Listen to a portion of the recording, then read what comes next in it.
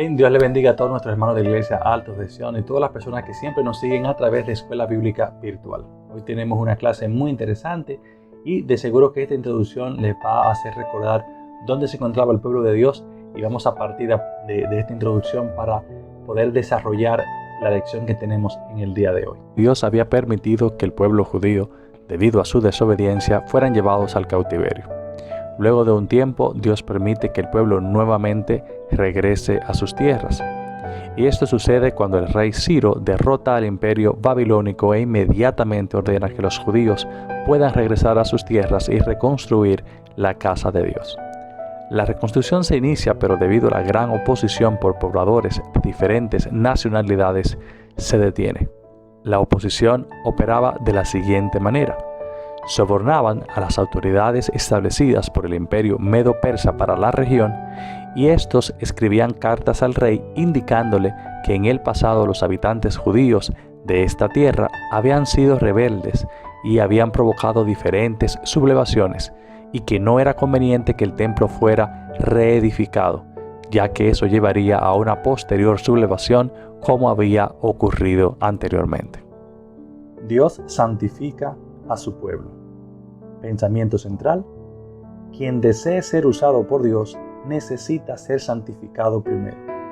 Texto audio: mira que he quitado de ti tu pecado y te he hecho vestir de ropas de gala. Los objetivos son demostrar que Satanás fue y sigue siendo el acusador de los hijos de Dios, agradecer a Dios por haber perdonado los pecados y librarnos de la culpa, y tercero, procurar vivir en santidad para agradar a Dios y no ser acusado por el diablo. Capítulo 1. Visión del sumo sacerdote. Capítulo A. Acusado por Satanás. La base bíblica está en Zacarías capítulo 3, versículos 1 y 2. Me mostró al sumo sacerdote Josué, el cual estaba delante del ángel de Jehová, y Satanás estaba a su mano derecha para acusarle. Y dijo Jehová a Satanás: Jehová te reprenda, oh Satanás. Jehová, que ha escogido a Jerusalén, te reprenda. ¿No es este un tizón arrebatado del incendio? Bien, aquí vemos que hay una acusación de parte de Satanás contra lo que es el sacerdote o el sumo sacerdote del momento, que es Josué. Y vemos esa posición que tiene el enemigo de acusador. Y hay que decir que Satanás siempre ha sido un acusador. ¿Y cómo funcionan las acusaciones de Satanás? Bueno, pues podemos englobarla en dos modalidades. La primera es que Satanás nos acusa a nosotros delante de Dios. O sea, Satanás se encarga de acusarnos a nosotros que somos los hijos de Dios delante de Él para que Dios pueda conocer nuestros pecados, nuestras debilidades, pero sabemos algo bien claro: Dios es omnisciente. Esto quiere decir que Dios conoce todas las cosas. Por ende, cuando el diablo va o Satanás va delante de Dios para acusarnos, Dios conoce nuestras debilidades, sabe el por qué hacemos las cosas mal hechas y también Él sabrá cómo corregirnos, cómo orientarnos para que podamos sobrepasar aquellas cosas en las cuales somos débiles y que podamos ser santos como Él desea que seamos. Entonces, las acusaciones que pueda tener Satanás al frente de Dios sobre nosotros son acusaciones que irán cayendo por el suelo, mientras tú y yo tengamos un corazón dispuesto a superar nuestras debilidades y a no seguir pecando en aquellas cosas en que ya hemos fallado. Pero la segunda parte que tiene, la segunda modalidad que tiene nuestro enemigo, es en acusar a Dios contra nosotros. O sea, va donde el ser humano, va donde aquella persona que está tratando de servirle al Señor y comienza a decirle que Dios no es justo, que Dios nos trata de una manera incorrecta, que de una manera que no es misericordiosa. Y esto es algo que en diferentes procesos nosotros podemos creerlo. Si estamos tal vez en una situación financiera difícil, le preguntamos a Dios que por qué lo permite, que por qué no nos ayuda. Si tantos milagros le han sucedido a otras personas, ¿por qué yo no puedo conseguir un mejor trabajo? ¿Por qué no puedo conseguir la pareja que yo estoy buscando? ¿Por qué no puedo conseguir mejores calificaciones en los estudios? ¿Por qué será que las cosas no me salen bien? ¿Por qué tengo que vivir lo que vivo hoy? ¿Por qué me pasó esta cosa mala? ¿Por qué a mí me aconteció aquello? Y todo el tiempo estamos pensando que si algo no sucede, entonces eso es culpa de Dios. Y eso es un trabajo que hace Satanás, que y lo sabe hacer muy, pero muy bien, venir a decirnos que Dios es injusto. ¿Cuántas veces conocemos personas que pasan por situaciones terribles? Quizás su relación se está desbaratando, quizás sus hijos están en la calle o no están siendo gente de bien. Entonces todo eso se nos carga y entonces uno comienza a preguntar ¿por qué Dios lo permite? ¿Por qué tú permites que esto suceda? Y entonces comenzamos a entender a decir, si yo te sirvo, si yo te busco, si yo trato de hacer lo correcto, entonces ¿por qué no me ayudas? ¿Por qué no me socorres? ¿Por qué no resuelves este problema? Entonces el enemigo se encarga de trabajar con nosotros esa parte y ahí entonces viene un desencanto con Dios y el deseo de separarnos o alejarnos de Él. Y a esto hay que tenerle mucho cuidado porque es una modalidad que el enemigo siempre va a practicar contra los hijos de Dios. Vamos a ir entonces al próximo acápite de este capítulo para que podamos seguir viendo todo lo que acontece en este desarrollo que nos brinda el profeta Zacarías. Acápite B, vestido de ropas viles. Base bíblica, Zacarías capítulo 3, versículo 3. Y Josué estaba vestido de vestiduras viles y estaba delante del ángel. La revelación que estamos viendo aquí se ve como el sumo sacerdote estaba delante de Dios, pero tenía vestiduras viles. Cuando decimos vestiduras viles nos estamos refiriendo a que no tenía las vestiduras propias de un sumo sacerdote. Era una vestidura que Dios había mandado a realizar y tenía que ser una vestidura pues primeramente impecable, limpia, que no tuviera ningún tipo de contaminación. Y lo que estamos observando es que en vez de tener esas vestiduras, pues tiene unas vestiduras viles, o sea, podría ser la vestidura no correcta, un vestido que estuviera contaminado, sucio, y presentarse delante de Dios con ese tipo de vestimenta, pues no era lo correcto. Entonces, ¿cómo podemos extrapolar eso a lo que estaba viviendo el pueblo? En cierta forma podemos decir que el sumo sacerdote realmente representaba el pueblo de Israel. O sea, no era una visión que revelaba exclusivamente lo que estaba aconteciendo en la vida del sumo sacerdote, sino que estaba revelando en un sentido más general la condición total del pueblo, porque el sumo sacerdote, quien era el que representaba al pueblo delante de Dios, en ese momento entonces podríamos decir que ese sumo sacerdote era una representación de la nación por completo. Y lo que podemos ver con esta nación es que habían llegado a su tierra nuevamente hacía más de 16 años y todavía, a pesar de que ellos habían iniciado con la construcción, no habían podido terminar el templo. O sea, hubo un primer empuje, hubo un despertar, hubo un avance, se pusieron los cimientos, pero luego de ahí entonces todo se enlenteció y cada quien comenzó a construir sus casas y a pensar, como habíamos dicho en la clase anterior, de que no era el tiempo de Dios para que se edificara. O sea, las cosas se comenzaron a enlentecer y se pusieron como en alto. Hubo un tiempo de enfriamiento donde las cosas de Dios simplemente se dejaron a un lado.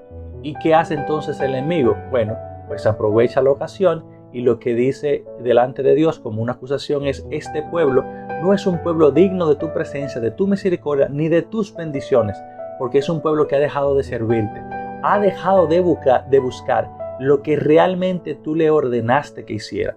O sea, ya no están buscando servirte a ti ni te tienen a ti en primer lugar, sino que hoy en día están dedicados a sus propios intereses. En cierta forma, lo que esto nos dice es que el enemigo le estaba diciendo a Dios: bueno, ellos no pueden recibir bendiciones de tu parte, ni bendiciones que provengan de ti, ya que ellos son un pueblo infiel. Entonces esa acusación en cierta forma se ve válida, porque hay que decir que el pueblo se había detenido, pero tenemos también que entender que el pueblo había tenido dificultades serias en lo que se refiere a la construcción del templo. Siempre que nosotros nos levantemos para hacer algo, vamos a ver que también va a haber una oposición. O sea, el enemigo se va a levantar de una u otra forma para impedir que tú y yo podamos alcanzar aquellas cosas que Dios nos ha prometido que vayamos a alcanzar, o el plan, el propósito que Dios establece para nosotros. Así que recuerda, en todo lo que tú decidas hacer, tendrás oposición, siempre vendrá, pero depende de ti, de tu devoción, de tu intensidad, de tu pasión con el propósito que Dios tiene para tu vida, si puedes alcanzarlo o no. Así que llénate de pasión, llénate de valor y continúa buscando al Señor, porque Él es la respuesta a todos nuestros problemas. Vamos ahora al capítulo número 2 de esta lección. Capítulo 2. Santificación del sumo sacerdote. Acápite A. Sus vestiduras fueron cambiadas. Zacarías capítulo 3, versículo 4 dice: y habló el ángel y mandó a los que estaban delante de él, diciendo: quitadle esas vestiduras viles. Y a él le dijo: mira, que he quitado de ti tu pecado y te he hecho vestir de ropas de galas. Aquí vemos entonces que al sumo sacerdote se le quitan las vestiduras viles. Esas vestiduras viles lo que representan es la condición espiritual descuidada y pobre que tenía el pueblo delante de Dios. O sea, cuando una persona se presenta con una ropa sucia, andrajosa, lo que está diciendo es que es una persona que está en un descuido. Entonces, como se trata de un tema espiritual, porque es una revelación espiritual, lo que podemos interpretar de esta es que la condición del pueblo es una condición espiritual de pobreza, de bajeza. Hay una debilidad espiritual, hay una condición laxa. O sea, no se está de una manera sólida buscando al Señor. Y entonces se representa con esas vestiduras que son viles. Hay que tener un discernimiento espiritual en lo que tiene que ver con lo de Dios. Así mismo como estamos viendo en las Escrituras que hay una revelación y que tenemos que interpretarla, yo quiero también decirte que cada vez que tenemos sueños, revelaciones o consejos que se nos puedan brindar, tenemos que interpretarlos, tenemos que tener un discernimiento espiritual para poder conocer lo que viene de Dios y lo que no, y de lo que viene de Dios, qué realmente es lo que Dios quiere decirnos. Entonces el pueblo estaba obviamente en una condición espiritual muy débil, y llega el momento entonces en que esas ropas tienen que ser cambiadas. Y eso no solamente pasa aquí con este sumo sacerdote, sino que el hecho en sí de cambiar ropas es algo que hemos visto en diferentes partes de la Biblia. Lo vimos con Adán y Eva también, cuando Dios les cambió las ropas, cuando tenían simplemente hojas y Dios les pone una ropa ya como de piel de animal. También lo vemos con el hijo pródigo cuando llega a la casa de su padre y que entonces se le cambian las ropas porque tenía ropas obviamente viles, ropas andrajosas, pues estaba bregando inclusive con los cerdos. En un estado de contaminación llega donde su padre, y el padre entonces les cambia las vestiduras y les pone vestiduras obviamente de gala, vestiduras limpias. Asimismo, en este caso, al pueblo de Dios se le van a cambiar las vestiduras, y esto representa entonces una justificación, que es cuando Dios nos justifica. Y lo que quiere decir esto es como que simplemente oculta o deja pasar nuestros pecados, los perdona, Él mismo nos justifica, y entonces podemos tener entrada hacia Él. Y viene la colocación de las ropas de galas. Esa ropa de gala lo que significa es una regeneración espiritual, donde ya se nos coloca en una posición especial. Entonces el pueblo de Dios fue colocado nuevamente en una posición especial. Y yo quiero decirte que así mismo tú y yo seguimos siendo parte del pueblo de Dios, y Dios ya nos quitó esas ropas viles en el momento en que les recibimos, y también nos ha puesto una ropa diferente, una ropa ya regenerada, una ropa de gala. Así que tú y yo estamos en una condición de poder tener una cercanía con el Padre, de tener acceso al Padre, de poder hablar y conversar con Él y hablarle de nuestras necesidades. Así que tenemos que llegar confiados hablando delante de Dios, porque Dios va a escuchar nuestra oración. Muchas veces pensamos que tenemos como ropas viles y que si hablamos a Dios, Él no nos va a escuchar.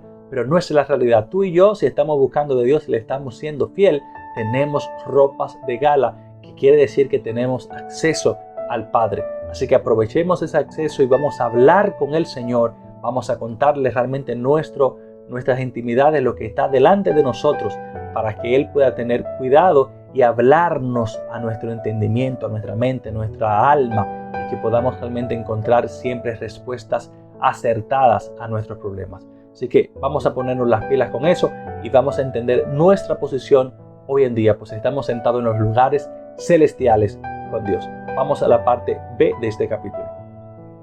Recibió mitra limpia. Base bíblica, Zacarías capítulo 3, versículo 5. Después dijo: pongan mitra limpia sobre su cabeza. Y pusieron una mitra limpia sobre su cabeza y le vistieron las ropas. Y el ángel de Jehová estaba en pie. Cuando vemos que Zacarías ve en la revelación de que había que ponerle una mitra al sacerdote, tenemos que entender que la vestidura del sacerdote era una vestidura que estaba compuesta por diferentes prendas, ¿ok? Y así mismo como nosotros hoy en día nos cambiamos y tenemos las ropas interiores, tenemos franelas, tenemos medias, tenemos una camisa, etc. y luego tenemos, por ejemplo, un pantalón y podemos colocar una chaqueta por encima de eso. Asimismo, las vestiduras tienen diferentes prendas. Y lo que dice es que le colocaran la mitra. Y esto nos va diciendo claramente de que el sumo sacerdote tenía que tener todas las piezas de esa ropa que Dios había establecido por él. Igualmente tú y yo como cristianos somos llamados a tener toda la armadura de Dios. Espiritualmente hablando, tú y yo conocemos que el apóstol Pablo habla y dice que nosotros tenemos que tener una armadura completa, una armadura que debe estar en cada uno de nosotros como cristianos y que no debe faltar ninguna de esas piezas. No debe faltar el yelmo de la salvación, no debe faltar el escudo de la fe, no debe faltar la espada, o sea, todo lo que es la armadura espiritual debe estar en nosotros. Entonces es una exhortación a que tú y yo, hermanos, tengamos todo el tiempo pendiente que tenemos que estar armados con esa armadura espiritual para que podamos resistir todos los ataques del enemigo y para que también podamos atacar y vencer a nuestro enemigo, que es Satanás. Recuerda que Satanás es un acusador y siempre va a estar trabajando en contra de nosotros. Así que tenemos que estar en todo momento preparados. El apóstol Pablo también nos dice que nosotros tenemos una guerra que es a tiempo y fuera de tiempo. O sea, no sabemos en qué momento el enemigo va a venir a atacarnos. Pero lo importante es que tú y yo estemos en todo momento ceñidos con esa armadura, con la coraza de la justicia, ¿verdad? Y que podamos estar preparados para todo movimiento contrario que pueda tener el enemigo en contra nuestra. Así que recuerda, tu vida de oración, la lectura de la palabra, la búsqueda constante de Dios, la reflexión espiritual sobre nuestro carácter y cómo podemos evolucionar para acercarnos más a Cristo, tal y como dice Romanos, que renovemos nuestro entendimiento cada día, que cambiemos nuestra forma de pensar para que nos sigamos pareciendo más a Dios, es algo que tenemos que hacer con frecuencia. Así que vamos a pensar en eso y vamos a seguir en esta lección porque se pone aún más interesante en nuestro próximo capítulo. Capítulo 3, amonestación al sumo sacerdote. La capítulo A dice a que ande en los caminos del Señor. Zacarías capítulo 3, versículo 6 dice, y el ángel de Jehová amonestó a Josué, diciendo, así dice Jehová de los ejércitos, si anduvieres por mis caminos y si guardares mi ordenanza, también tú gobernarás mi casa, también guardarás mis atrios, y entre estos que aquí están te daré lugar. En estos versos estamos viendo dos cosas importantes. Una es que el Señor bendecirá, o sea, y cómo va a bendecir, pero también cuáles son las condiciones que el Señor establece para dar esas bendiciones.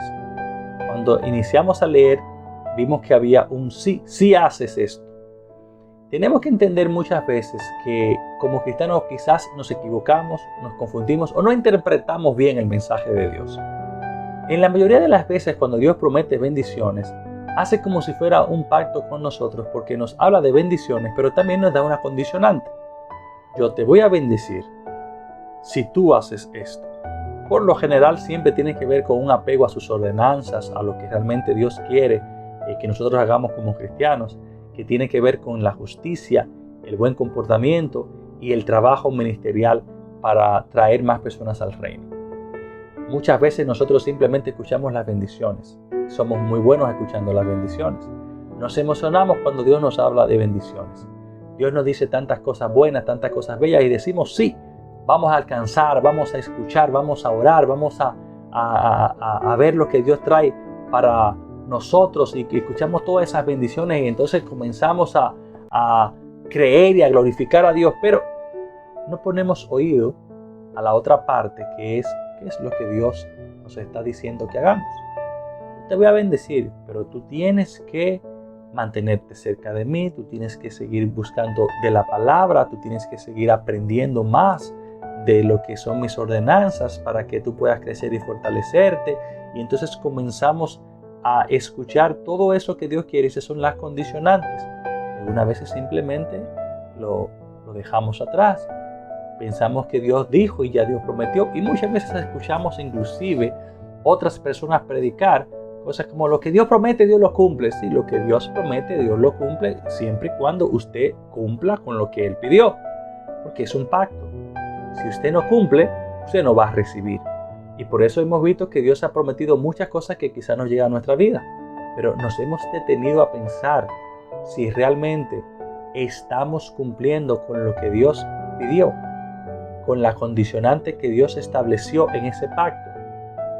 Muchas veces estamos alejados por completo de lo que Dios nos ha dicho que hagamos. Hay gente que olvida lo que Dios le habló. A veces que Dios le dice, no te muevas de este lugar, o ve a aquel lugar, muévete de aquí para allá. La gente dice, sí, un momento me moveré, yo iré, y se quedan ahí como pensando y nunca lo hacen. Y entonces están esperando que las promesas que Dios le hizo, las cumpla, que Dios las termine de cumplir. Pero esas promesas nunca llegarán porque hubo una condicionante que no se cumplió. Entonces tenemos que tener los ojos bien abiertos. Ahora, cuando tú y yo cumplimos con lo de Dios, tú puedes estar seguro que en el momento preciso, porque Dios nunca llega tarde, en el momento preciso Dios va a derramar sus bendiciones sobre tu vida.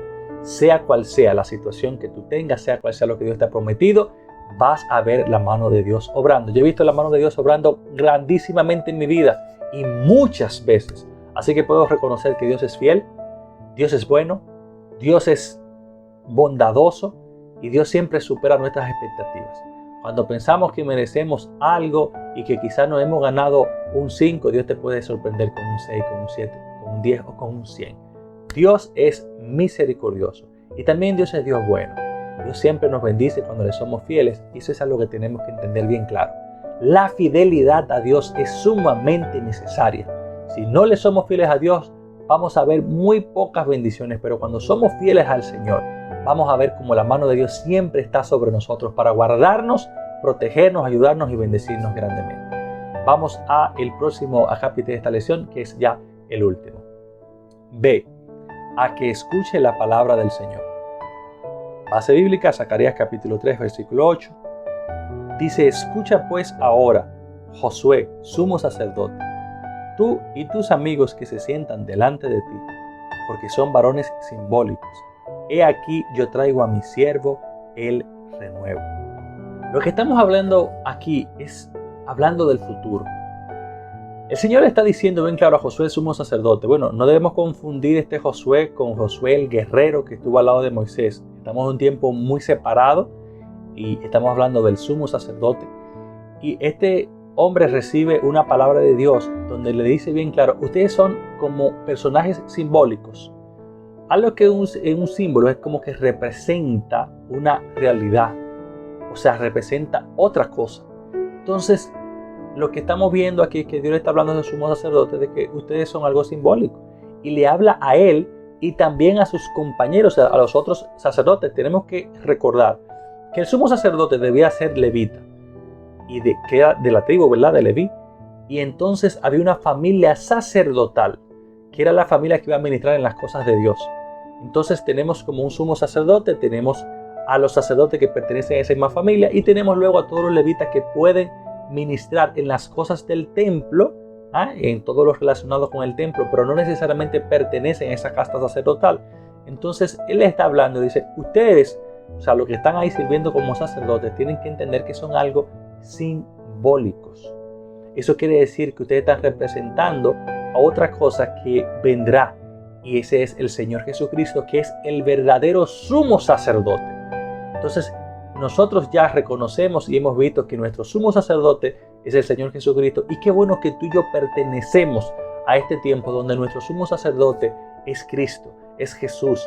Porque estamos en un tiempo totalmente diferente, donde nuestro sumo sacerdote no tiene en ningún momento un pecado y siempre está intercediendo por nosotros al lado del Padre.